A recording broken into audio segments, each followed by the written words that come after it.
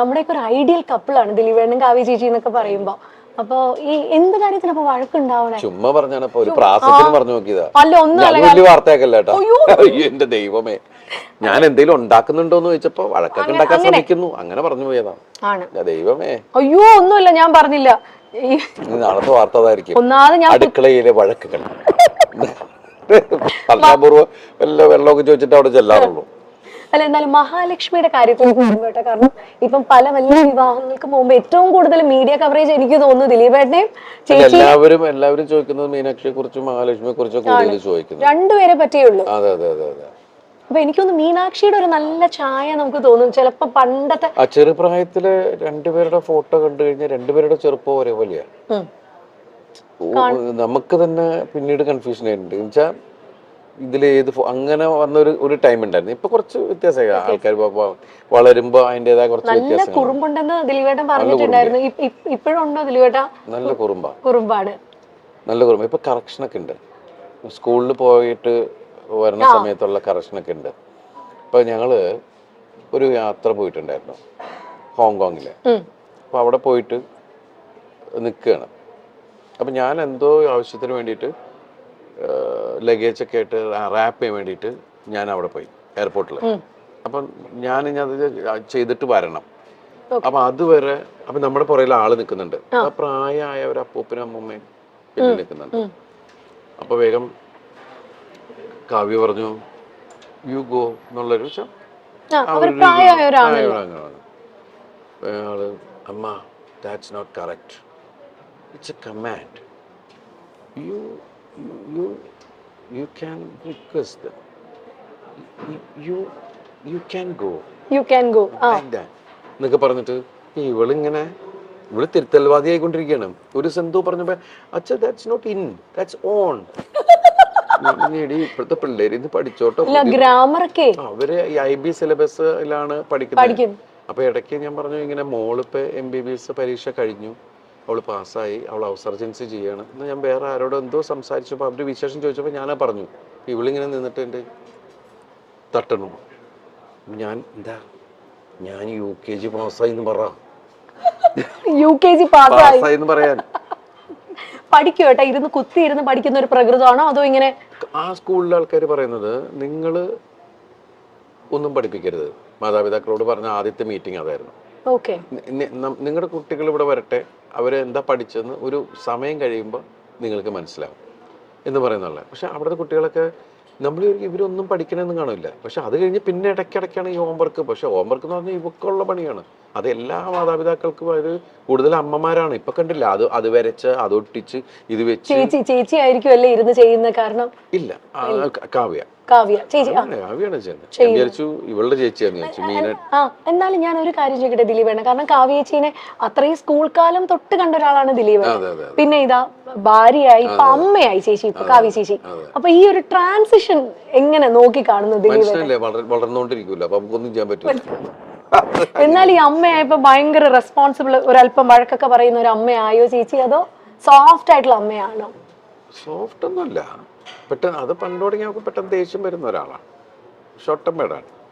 അപ്പം അത് ഞാൻ പറയാം, കൊച്ചുങ്ങളെ തല്ല, അങ്ങനെ വഴക്ക് പറ, അങ്ങനെയും ചെയ്യരുത്. അതിനെ പറഞ്ഞ് മനസ്സിലാക്കിയാൽ മതി. പിള്ളേർക്കൊക്കെ നമ്മൾ ഏത് കുട്ടികളാണെങ്കിലും പറഞ്ഞ് മനസ്സിലാക്കി കഴിഞ്ഞാൽ അതിൻ്റെ ഒരു രീതിയിൽ അവർക്ക് മനസ്സിലാവും. അല്ല തല്ലപ്പെടുത്ത അങ്ങനത്തെ പരിപാടി മീനുട്ടിനെ ഇന്നവരെ തല്ലിയിട്ടില്ല. ഇപ്പൊ മീനുട്ടി പഠിച്ച് ഡോക്ടർ എന്ന് പറയുന്ന സ്ഥലത്ത് വരെ എത്തി. പക്ഷെ നമുക്ക് ദൈവം അനുഗ്രഹിച്ച് ഇന്നവരെ തല്ലിട്ട് വന്നിട്ടില്ല. അവളെ വളരെ ഇതായിട്ട് വിളിച്ചു കഴിഞ്ഞാൽ അപ്പം തന്നെ അവൾക്ക് മനസ്സിലാവും, ടോൺ മാറിയാ മനസ്സിലാവും. അപ്പൊ അതുമല്ല, നമ്മള് പല കുട്ടികൾ കുസൃതികൾ തന്നെയാണ്. ഇവക്കൊരടി കൊടുത്തിട്ടുണ്ട് ഞാൻ. കാരണം വെച്ചിട്ടുണ്ടെങ്കിൽ എന്തോ എടുത്തു വായില്ല, പക്ഷെ പിന്നീട് എടുത്തിട്ടില്ല. ആരെ പോയിട്ട് പുറകെ പോയിട്ട് പിടിക്കുക. അപ്പൊ ആദ്യം തുടരുന്ന് പറഞ്ഞു, പക്ഷെ നോക്കിയിട്ട് പിന്നെയും പോവുക. അപ്പൊ അതോടുകൂടി അപ്പം.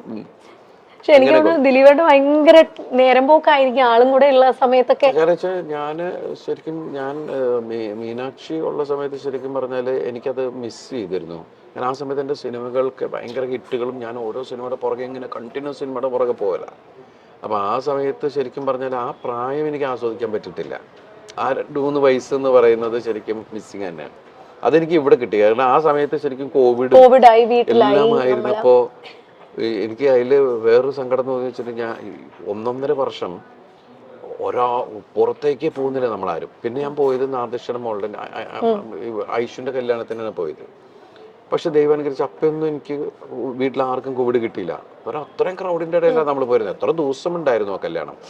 അപ്പൊ എല്ലാവരും ഭയങ്കര ആവേശത്തിൽ അതിന്റെ ഇതിൽ നിൽക്കണം. നമ്മുടെ വീട്ടിലൊരു കല്യാണം നടക്കുന്ന പോലെയാണല്ല.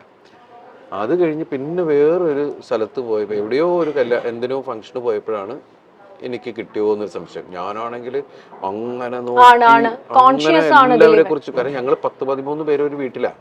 അപ്പൊ ഒരു സാധനം വന്നു കഴിഞ്ഞാൽ അതിനെ പിടിച്ച് മഞ്ഞളൊക്കെ മുക്കി മറ്റു എന്നൊക്കെ പറഞ്ഞ് ഒരുപാട് കാര്യങ്ങളൊക്കെ ചെയ്തിട്ടാണ് അടുക്കളയിലേക്കൊക്കെ പോണത്. അത് അങ്ങനെയൊക്കെ ഒരാളെ തൊട്ടപ്പം തന്നെ ഇത് അടിക്കുക.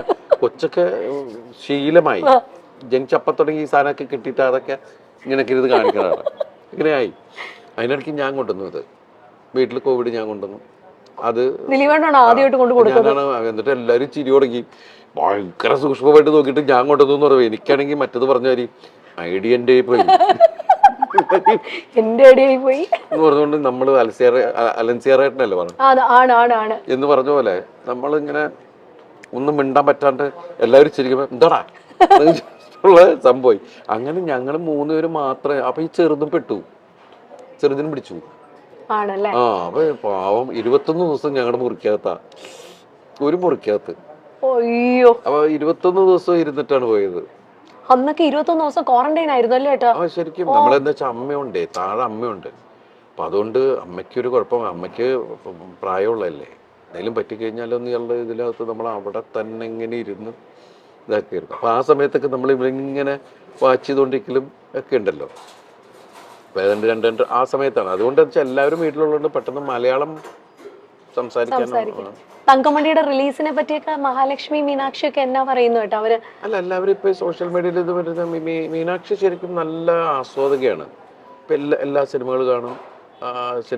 ലിമിറ്റഡ് ആയിട്ട് മീനാക്ഷി സംസാരിക്കാറുള്ളൂ. അധികം സോഷ്യൽ മീഡിയയിൽ അങ്ങനെ വളരെ സൈലന്റ് ആണ്. എല്ലാ സ്ഥലത്തും കൂടുതൽ ലിസണറാണ്. എന്റെ പോലെയുള്ള ആള് തന്നെയാണ്. അങ്ങനെ എനിക്ക് തോന്നുന്നത് സ്വഭാവം കാവ്യയുടെ ഇവക്കുള്ളത്. അവള് ചെന്ന എവിടെയും ഭയങ്കര വർത്താനവും ആ ഏരിയ മൊത്തം അവളുടെ ഏരിയയിലാക്കി കളയും. എല്ലാ തമാശയൊക്കെ പറഞ്ഞ എല്ലാവരും അവളായിട്ട് ഒരു കംഫർട്ട് സോൺ ഉണ്ടാക്കി കളയും. അത് തന്നെയാണ് ഇവളുടെ സംഭവം. നമ്മൾ രണ്ടുപേരും വളരെ സൈലന്റ് ആൾക്കാരാണ് ശരിക്കും പറഞ്ഞു. അല്ല, എന്തായാലും അതുകൊണ്ട് ഭയങ്കരമായിട്ട് ബാലൻസ് ആയി. ഇപ്പൊ ദിലീപേട്ടന് വേണ്ടി വെജ് ആണ് കേട്ടോ കൊണ്ടുവന്നേക്കുന്നേ. കഴിക്കട്ടെ, അതിന്റെ ഇടയിൽ ഞാൻ ആണ്. അല്ല, ദേയ്പുട്ടില് ഫുഡിന്റെ കാര്യം പറയണം. ഇവിടെ ഒരു ഭയങ്കര വൈഡ് റേഞ്ച് ഓഫ് മെനു ആണ് ഇവിടെ ദേയ്പുട്ടിലുള്ളത്. കാരണം ഞാനും കെട്ടിയനും കൂടെ വന്ന ദിലീപേട്ട പുള്ളി എപ്പോഴും കഴിക്കുന്ന ഇലയിലൂണാണ്. ഇവിടുത്തെ ഇലയിലൂണ്. ദിലീപേട്ട ഏറ്റവും ഫേവറേറ്റ് ഫുഡ് ഏതാ? പണ്ട് എനിക്ക് അങ്ങനെ ഒന്നിനോട് പ്രത്യേകിച്ച് അങ്ങനെ ഒന്നിനോട് നല്ല ടേസ്റ്റ് ഉള്ളതെല്ലാം എടുക്കുക എന്നുള്ളത് തന്നെയാണ്. പിന്നെ എനിക്ക് ഇവിടെ ഈ പുട്ടുകട തുടങ്ങിയ സമയത്ത് ഞാൻ ഏറ്റവും കൂടുതൽ ഞാൻ ഇവിടെ വരുമ്പോൾ കഴിച്ചിരുന്നത് പുട്ടും മാമ്പഴമാണ്. പുട്ടും മാമ്പഴവും. ഈ പുട്ടിന്റെ കൂടെ മാമ്പഴം പഴം പോലെ നല്ല പഴുത്ത മാമ്പഴമാണെങ്കിൽ നല്ല രസമാണ് കുഴച്ച് കഴിക്കാൻ. അതുപോലെ നല്ല ചൂട് പുട്ടിന്റെ കൂടെ പാലും പഞ്ചസാരയും ഒക്കെ നല്ല ടേസ്റ്റുള്ള കാര്യങ്ങളാണ്.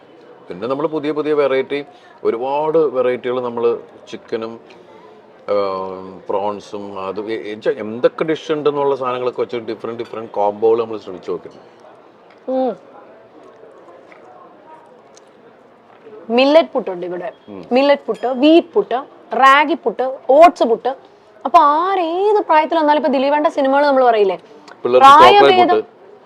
അതാണ്, പ്രായഭേദമന്യേ നമുക്ക് തിയേറ്ററിൽ പോയിരുന്ന് ക്ലീൻ നീറ്റ് ഫാമിലി എന്റർടൈനർ ആയിരിക്കും ദിലീപേട്ടന്റെ പടങ്ങൾ എന്ന് പറഞ്ഞ പോലെയാണ് ദേയ്പുട്ടിന്റെ കാര്യവും. മലയാളികൾക്ക് ഏറെ ഇഷ്ടമുള്ള മലയാള സിനിമയുടെ എവർഗ്രീൻ കോംബോയാണ് കാവ്യയും ദിലീപും. ദിലീപ് കാവ്യ ജോഡികളുടെ സിനിമകൾ എല്ലാം ഹിറ്റായി മാറിയിട്ടുണ്ട്. ഒരു സമയത്തിന് ശേഷം ഇവർ ജീവിതത്തിലും ഒന്നായപ്പോൾ ആരാധകർക്കും അത് സന്തോഷം തന്നെയായിരുന്നു. ഇരുവർക്കും ഇപ്പോൾ ഒരു മകൾ കൂടിയുണ്ട്, മഹാലക്ഷ്മി എന്ന മാമാട്ടിക്കുട്ടി. കാവ്യ ഇപ്പോൾ അമ്മ റോളിൽ തിളങ്ങുകയാണ്. മാത്രമല്ല തന്റെ ബൊട്ടീക്കായ ലക്ഷ്യയുടെ ബ്രാൻഡ് അംബാസിഡറായി പല വസ്ത്രങ്ങളിൽ മോഡലായും ഇപ്പോൾ കാവ്യ മുന്നോട്ട് വരുന്നുണ്ട്. കാവ്യ എന്നാൽ ഇത്തിരി മുൻചുണ്ടിയുള്ള ആളാണെന്നാണ് ദിലീപ് പറയുന്നത്. കാവ്യയ്ക്ക് പണ്ടേ കാവ്യ സ്കൂൾ കാലം തൊട്ടേ അറിയുന്ന ആളാണ് ദിലീപ്. കുട്ടിക്കാലം മുതൽ കാണുന്ന ആളായതുകൊണ്ട് തന്നെ കാവ്യയ്ക്ക് പെട്ടെന്ന് ദേഷ്യം വരും എന്ന കാര്യം ദിലീപിന് അറിയാം. അതുമാത്രമല്ല, കാവ്യയോട് കുട്ടികളെ തല്ലി വളർത്തരുത്, പറഞ്ഞ് മനസ്സിലാക്കി വേണം വളർത്താൻ എന്ന് പറയാറുണ്ട്. മീനാക്ഷി ഇന്നുവരെയും താൻ തല്ലിയിട്ടില്ല എന്നുകൂടി പറയുകയാണ് ദിലീപ്. മീനാക്ഷിയെ പോലെയല്ല മാമാട്ടി, അല്പം കുസൃതിക്കാരിയാണ്. ചെറിയ വായിൽ വലിയ വർത്തമാനമാണ് മാമാട്ടിക്ക്. രണ്ട് മക്കളെയും ഒരുപോലെയാണ് കാണുന്നതെന്നും ദിലീപ് പറയുന്നു.